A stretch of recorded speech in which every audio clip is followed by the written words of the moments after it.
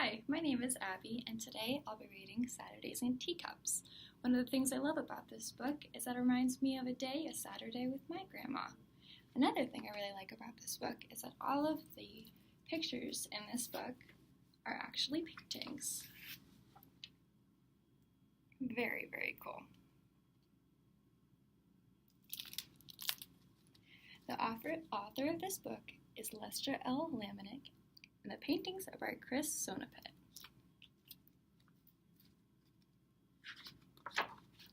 Saturday and Teacups.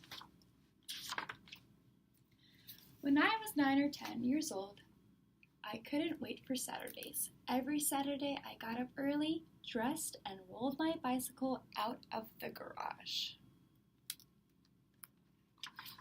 Every Saturday I coasted down our long, steep drive, slowly, only enough to make the turn onto Thompson Street, then left onto Bell's Mill Road. Pedal, pedal, pedal, past Mrs. Caulfield's house. Pedal, pedal, pedal, around the horse pasture, and up the hill past the cemetery where my grandfather was buried.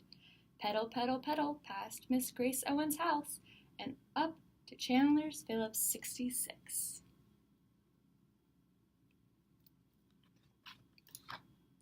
Every Saturday I coasted over the blockhouse by the gas pumps just to make the bell ring. Then I dropped my kickstand and checked the air in my tires. I stopped at Chandler's for another reason too. That's where I crossed the highway that ran right through the center of our town. My mother always said, "You stop and you look both ways when you get to Chandler's. I don't care if the light is green. I'll hear about it if you don't." And I knew she would too. In our little town, everyone knew everything to anyone who would listen. So I always looked both ways. Pedal, pedal, pedal across Ross Street, then left for a slow coast down behind the bank of Heflin, where I turned right onto Bedwell and whoosh, I zoomed downhill as fast as I dared. Pedal, pedal, pedal up the next hill and left onto Almond Street. It was a long stretch from Mr. White's. I always stopped there to catch my breath in the shade of the old oak tree. One more small hill, pedal, pedal, pedal, and then a right onto Gaither Street. Now I could see my grandmother's drive.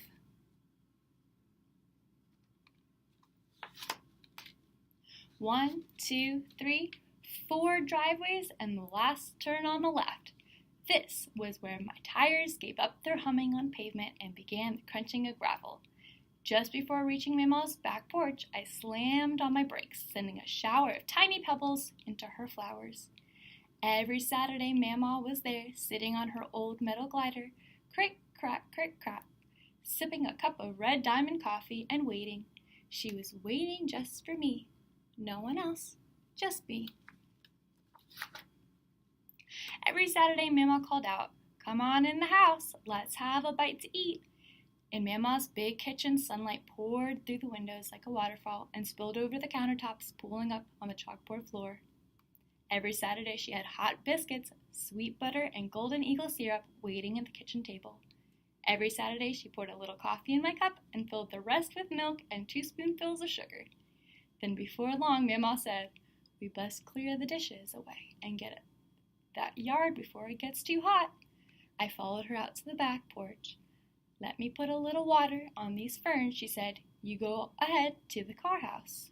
That's what Mama called the garage. "I'll be out directly." By the time I pulled the old lawnmower from the garage, Mama was already in the garden picking plum-ripe tomatoes for our lunch. Every Saturday, I pulled the starter rope again and again while the mower sputtered and spit. Finally, that old mower started, and I struggled to push it through the dew-wet grass, leaving row after row of fresh stripes on the lawn. From time to time, the mower choked on the mouthfuls of wet grass that clung to the blades and to my bare legs. But by afternoon, the dew pearls were gone, the grass was mowed and dry, and I was soaked with sweat. Every Saturday, I pushed the mower back into the garage, trudged to the back porch, and flopped into that old glider. Crick, crack, crick, crack. Mama saw soon a appeared with a tall glass of sweet iced tea. You just cool off and rest a spell. I'm gonna make us a bite to eat. Before long, she came back with 2 big tomato sandwiches on hamburger buns. Every Saturday, I gobbled mine down like a hungry dog, but she nibbled at hers like a bird. Now them some good tomatoes, she said. I know how you like a good tomato sandwich. Don't they taste a whole heap better when you just picked 'em? We sat there a while, listening to the calls of the blue jays and the rhythm of the old glider. Then Mama looked at me sort of sideways and said, I reckon I know a boy who'd like something sweet to eat. And I grinned. Yes, ma'am, I reckon you do. Come on then, Mama said, heading toward the door. Let's get in this kitchen and see if we can't make us a mess. Every Saturday she spread a cloth over the red countertop and scattered a fistful of flour across it, sending a cloud into the air, and then she set out a big bowl. Mama dipped a china teacup into the canister of flour, scooped out a cupful, and skimmed over the top with her finger. Then she dumped flour into the bowl and added sugar from her black cookie jar. She let the mixture drift through her hands like a sifted sand on the beach. When it felt right, Mama said, Look in the refrigerator. That's what she called the refrigerator. And find me 2 sticks of blue bonnet. I pulled open the refrigerator and got out the margarine. I unwrapped the sticks and dropped them into the bowl. I mixed and mashed and mixed until the ingredients disappeared into a paste. It was smooth and pale and yellow and smelled like fresh cotton candy at the county fair. Mama pinched off a little to taste. I suspect we needed a little sugar in this. She sprinkled sugar until the dough tasted just the way she thought it ought to. Now get me 3 eggs, she said. I tapped the first egg too hard, making it splatter into the counter and down the inside of the bowl. I reckon we can call that half an egg, Mama said. Here, let me show you how to do it. First tap 'em, easy like, and pull the shell apart over the bowl, like this. Now you do the next one. It was hard work blending those eggs in the mix with a long wooden spoon. Mama pinched another taste. My goodness, buddy, we didn't put no vanilla in here. Reach up in that cabinet and get me down a bottle of vanilla flour. When the dough tasted just right, Mama rolled it out the flour-dusted cloth. Then I cut the tea cakes with the rim of an old tin can. We carefully lifted the circles onto a cookie sheet and put them in the oven to bake. 375 degrees for 15 minutes. Those 15 minutes seemed to last forever. Are they ready, Mama? Not yet, buddy. Are they ready now, Mama? Not yet, buddy. Let's give them a little bit longer. Are they ready yet, Mama? I reckon they might be. She opened the oven door, and the kitchen filled with a smell sweeter than summer gardenias, the smell of tea cakes. Every Saturday, I reached for one still steaming on the baking sheet. You better wait, buddy. They gonna be mighty hot just yet. We waited until the tea cakes were cool enough to lift from the baking sheet. Then we sat them on the plate. Every Saturday, I ate one, and then another, and I looked at my mama.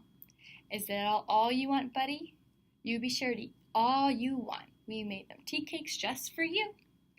When I had eaten all I could, she set a few off on a saucer for herself and put the rest on a big sheet of aluminum foil. She folded the edges into a little handle on the top. Now you put these out there in your bicycle basket so you won't forget them.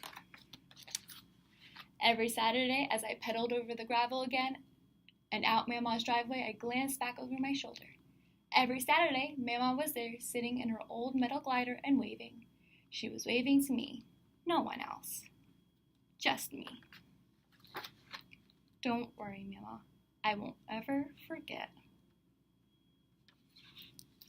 2 follow-up questions following this book. Do you think the events in this book are realistic? Do you remember the little boy bicycling across the street by himself? Would that happen today? Would you ride your bicycle across the street by yourself? Another question. Is this story relatable to you? Is this what your Saturdays look like with your grandma or your grandpa? This read aloud is for the purpose of Evangel University. 329 Spring Education Class 218.